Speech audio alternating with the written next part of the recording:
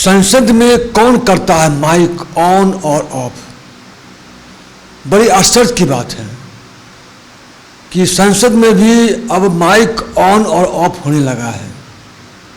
पहले ऐसा होता नहीं था, लेकिन कुछ वर्षों से यह शिकायत सुनने को आ रहा है राहुल गांधी जी से। विपक्षी नेताओं के माइक बंद करने को लेकर के सियासी घमासान कंटिन्यू है।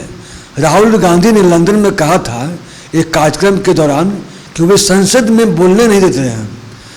बोलने के दौरान कभी कभी माइक को बंद कर दिया जाता है।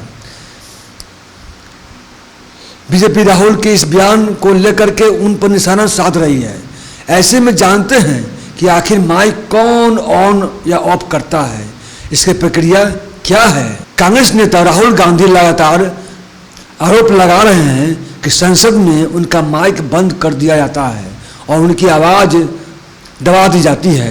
वहीं लोकसभा में कांग्रेस नेता अधीर रंजन चौधरी ने बुधवार को स्पीकर ओम बिरला को पत्र लिखकर आरोप लगाया कि उनका माइक्रोफोन 3 दिनों के लिए म्यूट कर दिया गया था।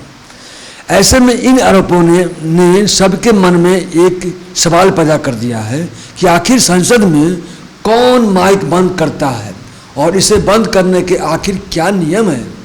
लेकिन यह जो बीजेपी पर जो आरोप लगा रहे हैं राहुल गांधी जी, यह बिल्कुल बेबुनियाद है। ऐसा माइक ऑन ऑफ नहीं होता है।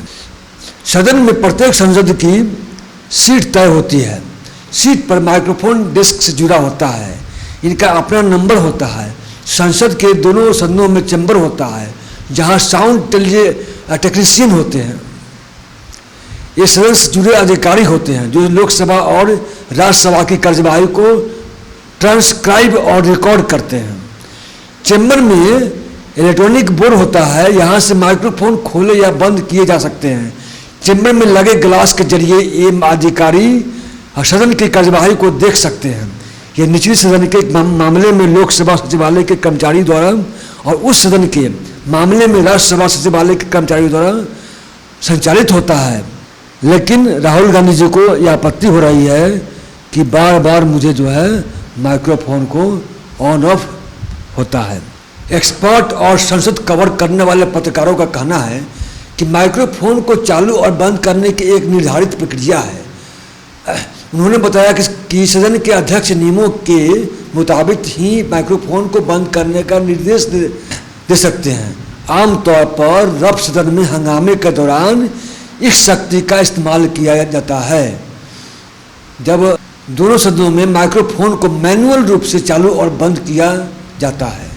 डीएमके के राज्यसभा सांसद और जाने माने वरिष्ठ अधिवक्ता पी विल्सन ने बताया कि माइक्रोफोन राज्यसभा के सभापति के निर्देश पर चालू किए जाते हैं। जब कि सदस्य बोलता है तो उसका माइक चालू कराया जाता है। विल्सन ने बताया कि शून्यकाल में एक सदस्य को बोलने के लिए 3 मिनट का समय दिया जाता है। जब 3 मिनट बीत जाते हैं तो अपने आप ही माइक बंद हो जाता है। जब बिल या मुद्दे पर चर्चा होती है तो सभी पक्षों का समय दिया जाता है। अध्यक्ष अपने विवेक के हिसाब से सदस्यों को बोलने का समय देते हैं।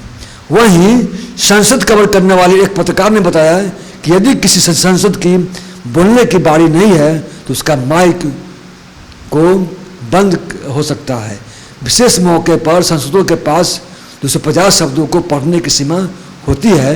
जब उनके बोलने का नंबर आता है तो माइक चालू हो जाता है।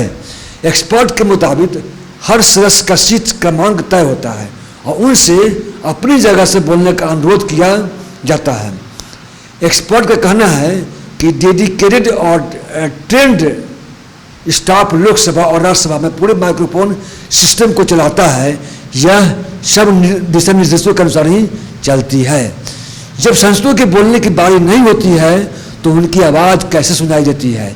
इस सवाल के जवाब में पी विल्सन ने बताया कि हंगामे के दौरान सदस्य तेज तेज चिल्लाते हैं। ऐसे में सदस्यों के पास जो माइक होता है, नाम और न छापने के शर्त पर लोकसभा में वरिष्ठ पद पर आसन एक पूर्व अधिकारी ने बताया कि माइक बंद होने के दावे काफ़ी चौंकाने वाले हैं। मुझे यकीन नहीं है कि ऐसा कुछ किया गया। कांग्रेस नेता राहुल गांधी ने हाल ही में लंदन में एक संबोधन के दौरान कहा कि भारत में विपक्ष को बोलने नहीं दिया जाता है, हमारे माइक को बंद कर दिया जाता है। जब मैं संसद से बोलता हूं तो मेरे माइक को बंद कर दिया जाता है। ऐसा कई बार हुआ है। वही राहुल के आरोपों पर उपराष्ट्रपति जगदीप धनखड़ ने पलटवार करते हुए कहा था, इससे बड़ा कुछ झूठ नहीं हो सकता। धनखड़ ने कहा था, लोकसभा एक बड़ी पंचायत है जहां माइक्रोफोन कभी बंद नहीं होते हैं। कोई बाहर जाता है और कहता है कि इस देश में माइक्रोफोन बंद है। हाँ, आपातकाल के दौरान एक समय था जब माइक्रोफोन बंद हो जाते थे, लेकिन ऐसा नहीं है।